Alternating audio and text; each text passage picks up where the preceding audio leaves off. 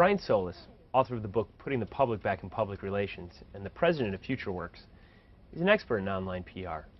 Hi, I'm Michael Sebastian with Reagan.com. What you're about to see is a wide-ranging interview with Solis, where he talks about how to find your audience online, how to communicate with them, and why you should be involved in social media in the first place.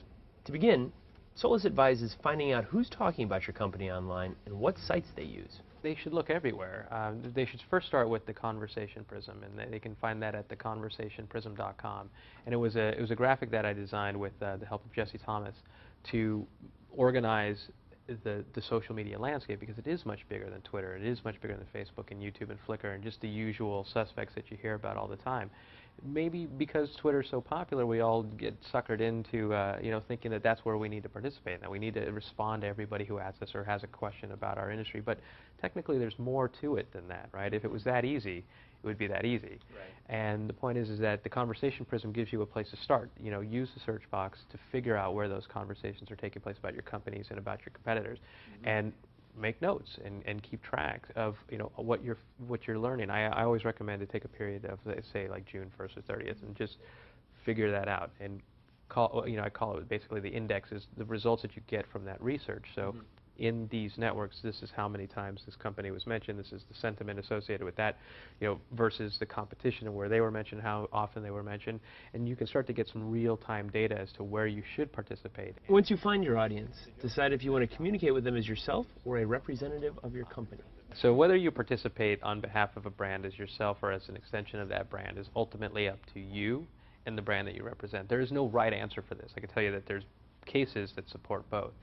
I'm in the camp that believes that you should be participating as an extension of that brand, and that's out of respect for the people following you or connected to you, right? Because as we earn authority and as we gain influence through our participation, the truth is that not everybody's going to really care about what you're doing one way or the other. And so you have to establish, I call this contextual networks. We establish relationships within these networks based on the things that we share, right? So if you share a lot about personal items, and people are going to follow you for those reasons. If you share a lot about things, business or solutions or anything within an industry, people follow you and connect with you around those ideas. And so you can actually do things like using Twitter Friends or Mylana to map this type of experiments on Twitter. So when you talk about something, you can see how your network who responds changes with the certain things you talk about, right? So the people who respond will always expand and contract and morph based on the things that you're talking about. So when you have data that shows that, it's more inspiring to then cultivate that, because now you have insight into how the community is reacting to you. So when you can cultivate that, then by far it's most advantageous to you and the brand you represent to do that under a certain branded presence. At least that's my opinion. Anheuser-Busch's social media campaign about its 2009 Super Bowl commercials exemplifies how to engage an online audience.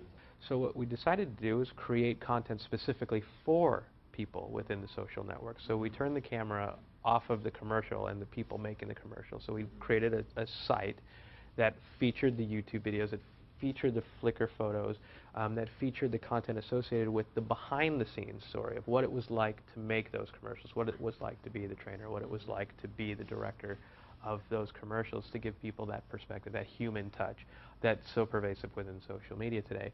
And then what we did is we found the right people, the right beacons within all of the networks, including the blogosphere, to tell that story to, so that they could help us bring audiences to this destination so they can get the complete experience. And so that's what we did. It worked extremely well. People were excited, they loved the content, they shared the content, and it put a different perspective on the commercials that they saw during the Super Bowl. Don't dismiss the importance of the social media release, Solis says. If you thought about the release as a destination, as a packaged story that completely told you everything you needed, if it almost read like the story you wanted to read, it changes the perspective, but it also opens up a whole new opportunity. If you're hosting videos from YouTube, you now have video here. If you're hosting video on Flickr, or pictures on Flickr, you now have it here. And whatever you're putting into the social media release can reside disparately in each one of these social networks where people are already going to search for information. So if you put a video that's interesting, not just of a talking head about a new product, but something that's interesting, that speaks to the people you're trying to reach, if you have images that are really interesting, something that they couldn't get, like in the Anheuser-Busch example, something that they just couldn't get elsewhere, right? and you're putting this type of content, it now becomes a content production process where you're creating information that's going to be interesting, that's going to be compelling. So the social media release becomes a destination, but it bridges the video here, the pictures here, the audio here, and you can link back and forth, and you create these links. So now you're not just giving it to a reporter or a blogger who can take this information and better create a story because it's all in one page, one place. Here's the embed code, and I can retell it. But now you're going to places where people are already looking for content, right? So we talked about how YouTube was the second biggest search engine, right? So if they're finding those videos and you have a bridge that takes them back to the release now that tells a better story, that gets people to do something. The idea is it's not just about influencing the influencer, it's about going to the people where they're looking for information anyway and also being the storyteller. You can become the influencers as well. But it changes the dynamic of how we write, what we write, and what we're trying to accomplish with them. Solus maintains using social media is an investment for the future. This is an investment. You have to make a personal investment into learning this, and it's not going to happen in an 8-hour day. You have a job to perform today, and the reward for doing that job is you get to keep your job.